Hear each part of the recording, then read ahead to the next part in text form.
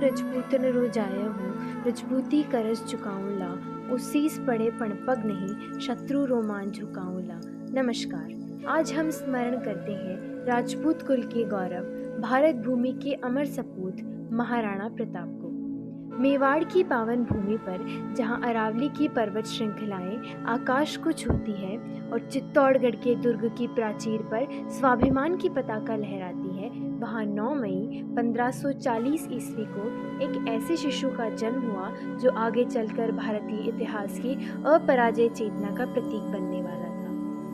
महाराणा उदय सिंह द्वितीय के ज्येष्ठ पुत्र के रूप में जन्मे प्रताप मेवाड़ के शिशोदिया राजपूत वंश की गौरवशाली परंपरा के उत्तराधिकारी थे। यह वह वंश था जिसने सदियों तक न केवल अपनी तलवारों से अपितु अपने संकल्पों से भी भारत माँ की रक्षा की थी। बचपन से ही उनमें एक असाधारण तेज, एक अदम्य जिजीविषा और स्वतंत्रता के प्रति एक नैसर्गिक आसक्ति परिलक्षित होती थी। महाराणा प्रताप की वीरता की गाथाएं तो असंख्य है, किंतु उनके चरित्र का वह पक्ष जो उन्हें योद्धा से ऊपर उठाकर एक महामानव की श्रेणी में स्थापित करता है, वह है उनकी मानवता, उनकी उदारता और शत्रु के प्रति भी उनका सज्जनोचित व्यवहार। एक बार कुंवर अमर सिंह ने युद्ध के उत्साह में मुगल सेनापति अब्दुल रहीम खान खाना के शिविर पर आक्रमण कर दिया। विजय के उन्माद में अमर सिंह ने खान खाना के परिवार की स्त्रियों को बंदी बना लिया।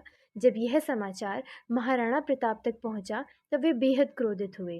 राजपूती मर्यादा की रक्षा उनके लिए युद्ध विजय से भी बड़ा धर्म था।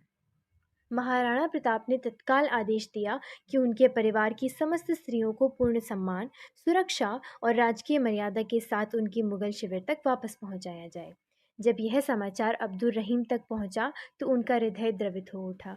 जिसने शत्रु की मां को भी मां माना, उनके विरुद्ध तलवार उठाना पाप है। कहा जाता है कि इस घटना के पश्चात अब्दुल रहीम ने मेवाड़ के विरुद्ध शस्त्र उठाने से मना कर दिया। 19 जनवरी 1597 ईस्वी को महाराणा प्रताप ने इस संसार से विदा ली।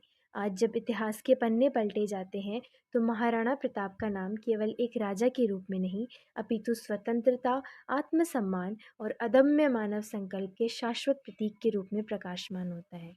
धन्यवाद।